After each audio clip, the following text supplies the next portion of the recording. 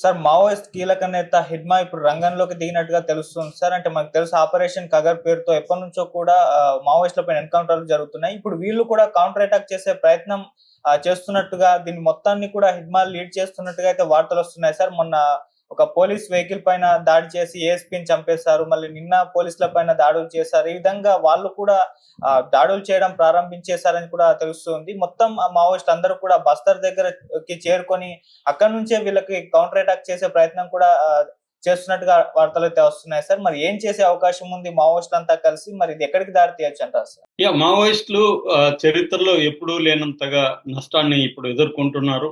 ఎందుకంటే Maoist party ఏర్పడిన అంతకుముందు ఎంసీసీ, పీపుల్స్ వార్ 2 ఉండేవి. ఆ 2 తర్వాత పియు పార్టీ యూనిటీ 3 కలిసి సిపిఐ మావోయిస్ట్‌గా 2004లో ఏర్పడ్డాయి. ఆ తర్వాత కూడా ఎప్పుడు ఇంత పెద్ద నష్టం అనేది జరగలేదు. మామూలుగా రాష్ట్ర స్థాయి కమిటీ మెంబర్లు లేకపోతే రాష్ట్ర స్థాయి నాయకులు సెంట్రల్ కమిటీ అంటారు వాటిని. ఆ సెంట్రల్ కమిటీ మెంబర్ల వరకు చనిపోయారు గానీ, general secretary Basavaraju alias Nambala Keshavarao చనిపోవడం అనేది అతి పెద్ద ఇది. దాని తర్వాతనే సుధాకర్ చనిపోయారు. తర్వాత అంతకుముందు కూడా ప్రయాగ్ గుమాంజీ లాంటి వాళ్ళు నేషనల్ లెవెల్లో లీడర్లు చనిపోయారు. సో పెద్ద ఎత్తున ఈ 2 ఏళ్లలోనే దాదాపు 1000 మంది మావోయిస్టులు చనిపోయినారు. అందులో 20-30 మంది రాష్ట్ర స్థాయి, సెంట్రల్ స్థాయి, డివిజన్ స్థాయి, రీజనల్ స్థాయి నాయకులు ఉన్నారు. అది కాకుండా ఒక 1200 మందికి పైగా సరెండర్ అయిపోయినారు. తర్వాత మొన్న మనం చూసాము నంబాల కేశవరావు బెటాలియన్‌లో కూడా 60 మంది పైన ఉంటే వాళ్ళు మాక్సిమం సరెండర్ అయిపోయి ఫైనల్‌గా 35 మంది మిగిలారనమాట. చాలా ఇంపార్టెంట్ వాళ్ళు సరెండర్ అయిపోయారు.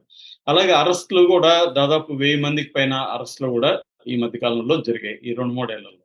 సో ఈ స్థాయి నష్టం ఎప్పుడు జరగలేదు. అందుకనే మావోయిస్టులు మార్చి నుంచి కూడా మమ్మల్ని చర్చకు పిలవండి అంటున్నారు. బయట కూడా హరగోపాల్, జస్టిస్ చంద్రకుమారు ఇలాంటి వాళ్ళ ఆధ్వర్యంలో ఒక శాంతి చర్చల కమిటీ ఏర్పడింది. వాళ్ళు కూడా అప్పీల్ చేస్తున్నారు. కానీ ప్రభుత్వం ఒప్పుకోవట్లేదు. ఎందుకంటే ఈ ప్రభుత్వానికి క్లియర్‌గా తెలుసు వీళ్ళు చర్చల పేరుతో టైం తీసుకొని మళ్ళీ రీగ్రూప్ అవుతారు, బలపడతారు తప్ప దానివల్ల ఏం జరగదు. సో వాళ్ళు ఆయుధాలు వదిలేసి వచ్చి సరెండర్ అయిపోతే మేము వాళ్ళని చంపము. అదొక్కటే మార్గము. లేదంటే మాత్రం మేము చంపేస్తామని చెప్తున్నారు. ప్రభుత్వం కూడా మార్చుకునే తీరు ఇంతకుముందు ఎవరైనా గాయాలతో దొరికితే అరెస్ట్ చూపించేది. ఇప్పుడు గాయాలతో దొరికినా కూడా కాల్చేస్తున్నారు. గాయాలు కాకుండా మామూలుగా దొరికినా కూడా వాళ్ళని కాల్చేస్తున్నారు. సో చంపేయడం ఒక్కటే పరిష్కారంగా ప్రభుత్వం ఆపరేషన్ కాగానే చేస్తుంది. ఈ నేపథ్యంలో ఇప్పుడు మావోయిస్టులు మధ్యలో మేము ఆయుధాలను విసర్జిస్తున్నాం, యూనిలేటరల్‌గా మేము సీజ్ ఫైర్ అంటే కాల్పుల విరమణ ప్రకటిస్తున్నామని కూడా వాళ్ళు చెప్పారు. అయినా కూడా ప్రభుత్వం వెనక్కి తగ్గలేదు. దాంతో వాళ్ళు ఇప్పుడు అఫెన్స్‌లోకి దిగారు. మామూలుగా వార్ అంటేనే అఫెన్స్ అండ్ డిఫెన్స్ 2 ఉంటాయి. ఒక్కొక్కసారి best form of defence is offence అంటారు. అంటే నిన్ను నువ్వు కాపాడుకోవాలంటే ఎనిమీ మీద నువ్వు అటాక్ చేయాలని. మామూలుగా మావోయిస్టులది గెరిల్లా వార్‌ఫేర్ అని చెప్తారు. గెరిల్లా వార్‌ఫేర్ అనేది 19th సెంచరీ తర్వాత ఏర్పడిన పదం. అక్కడి నుంచి గెరిల్లా వార్‌ఫేర్ అనేది ఒక సిస్టమేటిక్‌గా ఏర్పడింది. అంతకుముందు కూడా ఉందా అంటే ఎప్పటి నుంచో చరిత్రలో బలహీనులు బలవంతులతో పోరాడే పద్ధతిని గెరిల్లా వార్ పోరాటం అంటారు. దీన్ని ఒక ఆర్గనైజ్డ్‌గా గత అనుభవాల్ని చేసుకొని ఒక సిస్టమేటిక్‌గా వీళ్ళు మావో చైర్మన్ మావో గాని లేకపోతే చెగువెరా గాని వీళ్ళందరూ కూడా దీని మీద పుస్తకాలు కూడా రాశారు.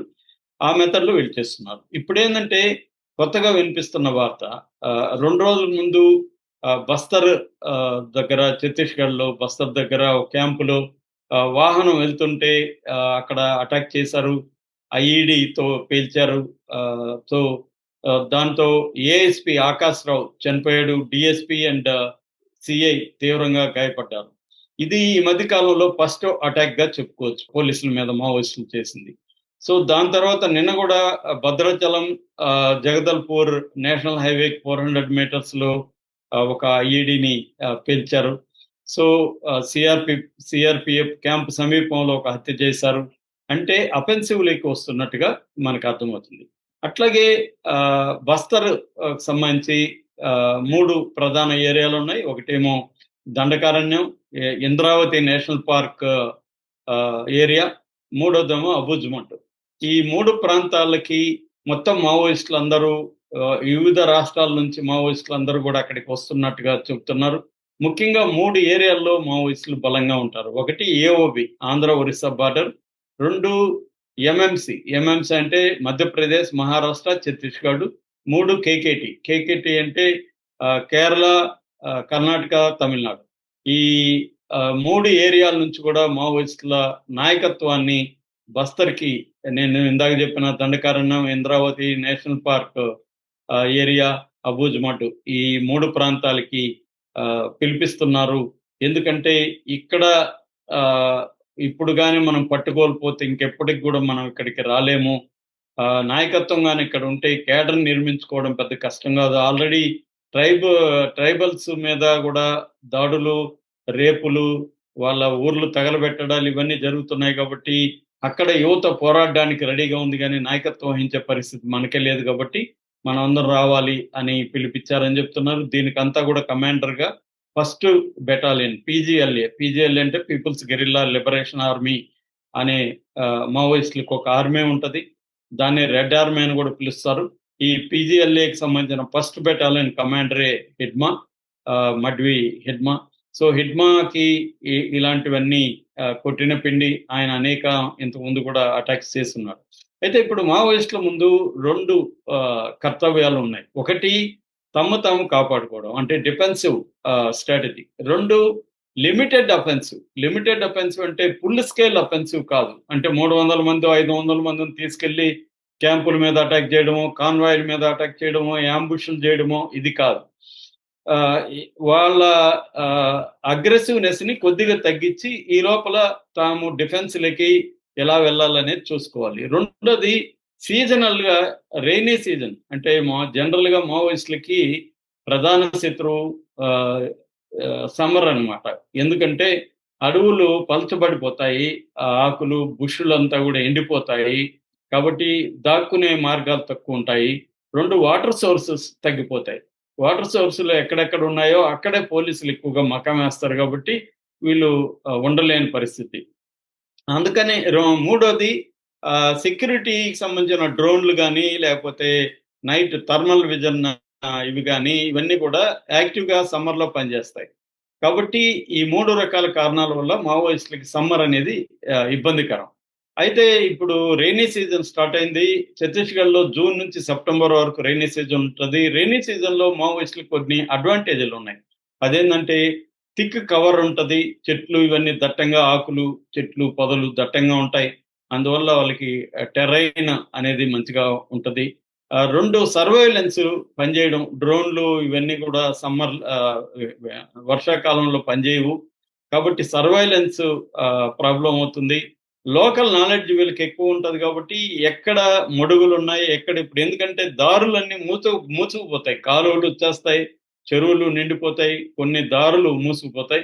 అవన్నీ ఆ నాలెడ్జ్ అంతా వీళ్ళకి ఎక్కడెక్కడ చెరువుంది, ఎక్కడ కుంటుంది, ఎక్కడ కాలువుంది ఇవన్నీ వాళ్ళకి తెలుసు కాబట్టి దాన్ని ఉపయోగించుకొని చేసే అవకాశం ఉంటది. అట్లాగే చేపల్లాంటి ఆహారం ఎక్స్‌ట్రా గూడా వాళ్ళకి కొత్తగా దొరుకుతుంది.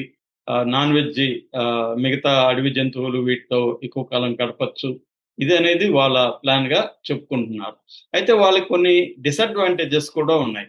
అదేంటంటే లాజిస్టిక్స్ ప్రాబ్లమ్. అంటే ఫుడ్డు సప్లై, మెడిసిన్ సప్లై ఇలాంటి ఆయుధాలు తెచ్చిపోవడం అంటే అమ్యునిషన్ కొన్ని రకాల అమ్యునిషన్ అంటే 310 తర్వాత 308 ఇట్లాంటి మస్కిట్ రైఫిల్స్‌లో ఉండే తర్వాత లోకల్ మేడ్ తపంచ్ అంటారు. 12 బోర్ తుపాకీ ఇలాంటి ఇది వర్షాల్లో ఒక్కొక్కసారి వాళ్ళకి సరైన కవర్స్ లేకపోతే తడిచిపోయే అవకాశాలు కూడా ఉన్నాయి. అట్లాగే మెడిసిన్స్ కూడా ప్రాబ్లమ్ అవుతుంది.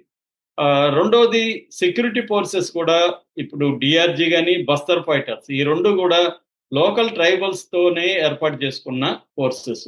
డీఆర్‌జీ అంటే district reserve guards, Bastar fighters. Ex మావోయిస్టులని అక్కడున్న ట్రైబల్స్‌ని చేర్చుకొని వీళ్ళు చేశారు కాబట్టి, వీళ్ళు వర్షాకాలమైనా, ఎండాకాలమైనా అడవిలో వీళ్ళకి కూడా మావోయిస్టులకు ఉండే నాలెడ్జ్ అంతా వీళ్ళకి కూడా ఉంటది. సో వీళ్ళు కూడా అంత ఈజీగా వదిలిపెట్టరు వాళ్ళని. ఇక నెక్స్ట్ వచ్చి ఆల్ వెదర్ టెక్నాలజీ ఇజ్రాయెల్ నుంచి తెప్పించారు దీనికోసమే అని చెప్తున్నారు.